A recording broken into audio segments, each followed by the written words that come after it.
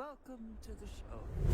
The Steam Deck's coming up on 2 years, and it's no secret that it's starting to struggle with certain games. Come on, man. What's worse is that Valve seems to have no intention of actually releasing a Steam Deck successor anytime soon. And the release of the Steam Deck OLED is pretty much confirmed. Is this really a problem though? I'm going to show you 5 games that have no business being played on the deck, but I love playing that anyway. But Pete, why do you do this to yourself? And more importantly, what games are so amazing that they can lure you to the dark side? Fear not, I'm going to explain it all. The final curtain is calling and there's no time for an encore.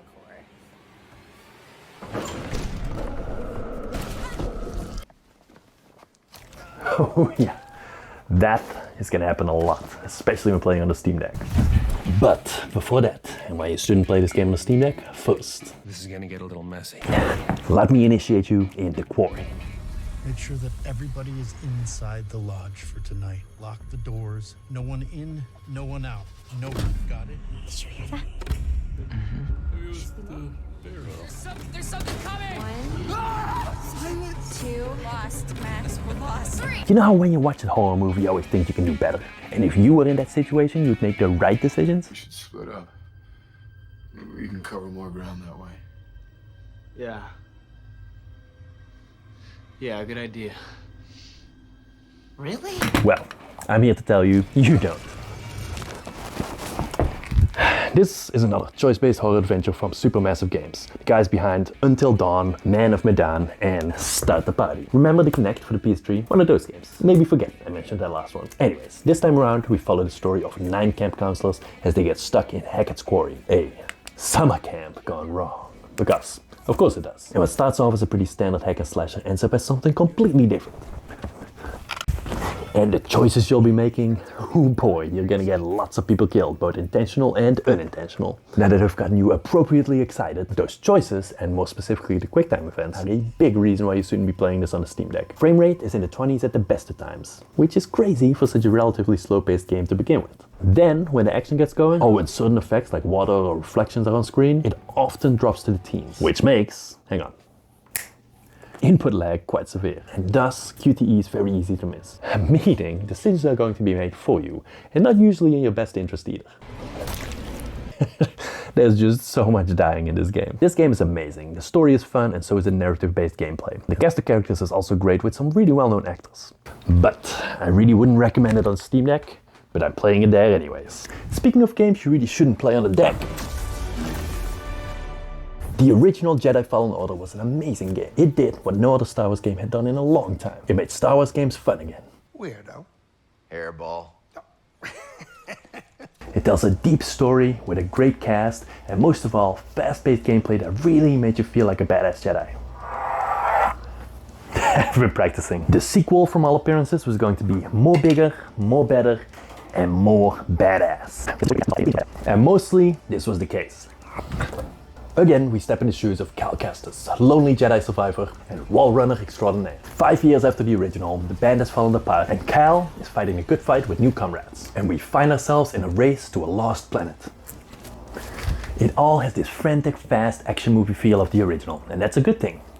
Critics' reviews are pretty unanimously great and people were excited. Enter April 2023. Well, it turns out the game is great, but it's pretty much unplayable on the PC. Performance first, because frankly, EA launch completely wets the bed. Massive disappointment. The worst AAA port of 2023. Report after report shows glitches, optimization issues, and crashes. Man, it was bad. Maybe not quite cyberpunk, but it was pretty bad. EA released a string of patches, all with the promise of optimization and bug fix, which did help a bit, but now, a year later, it is still a technical mess. But it is playable on the Steam Deck. Hey!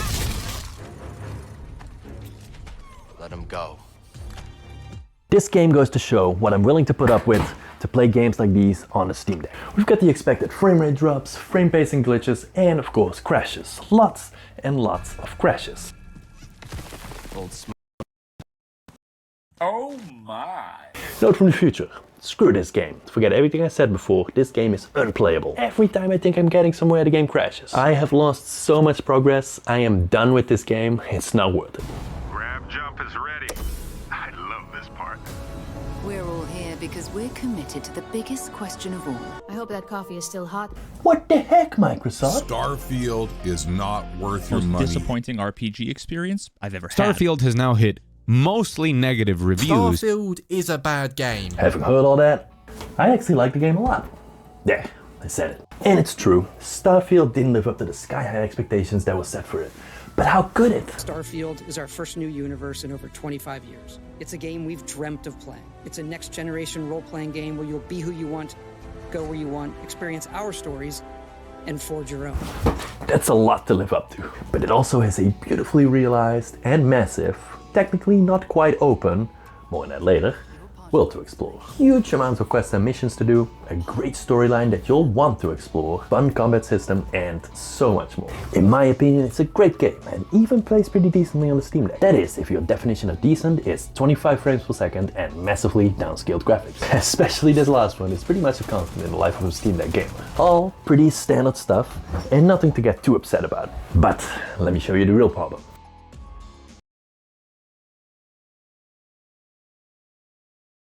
The loading screens, they are constant. In and out of your ship, in and out of the shops, areas, worlds, space traveling, everything has a loading screen. It is one huge compartmentalized world. This, I think, is the real problem with Starfield on the Steam Deck. Well, duh. I personally still love it on the Steam Deck, but it might be a lot to stomach for some people. The crash. The attack. My death.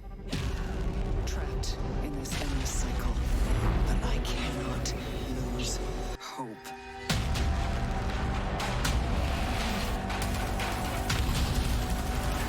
Time to give Sony some love. I already talked about this game in the previous video and I was actually pretty positive about it, which for the record I still am. I call this a go on the Steam Deck. But as with many of these games on the Steam Deck, your mileage will vary. However, for people who don't have my ability for self-delusion, when it comes to the Steam Deck, things might not look as rosy. This is a fast-paced third-person action adventure with shooting and dodging, where you need to make split-second decisions. Similar to how slowdown caused unintended consequences in the Quarry, it will cost you your life in this game.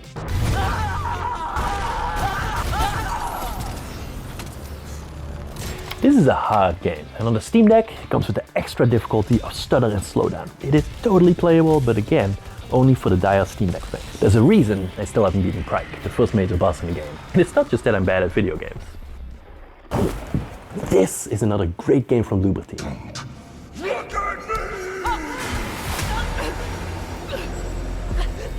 People behind Layers of Fear and who are now working on the new Silent Hill 2 remake that I'm absolutely stoked for. The premise and gameplay of the medium is super cool. You play as Marianne, a medium, no surprise there, as you try to uncover what kind of nefarious goings-ons have been happening at an abandoned Polish wilderness retreat. The gameplay is where this game really shines. You play both in the physical world and an alternate parallel spirit world at the same time, in a split-screen fashion. The spirit world provides a great contrast to the drab and unnerving-looking physical world, and all of it is based on real-life locations. The split-screen aspect is also what creates really unique encounters and puzzles, where you switch your focus back and forth between the physical and the spirit world, often requiring some real mental gymnastics. Everything starts off alright. Well, that is if you're okay with graphics straight from the N64 era. The frame rate is decently stable, around 30 frames per second, but then the screen splits, and you know mistakes have been made. What the hell is even that? The frame rate tanks to unacceptable levels, and the game slows to a crawl.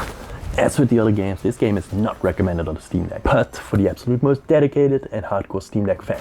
That's all I have for today. Hope you enjoyed it. Let me know in the comments what forbidden games you play on the Steam Deck. Also, if you're looking for some good games to play on the Steam Deck, check out this video right here.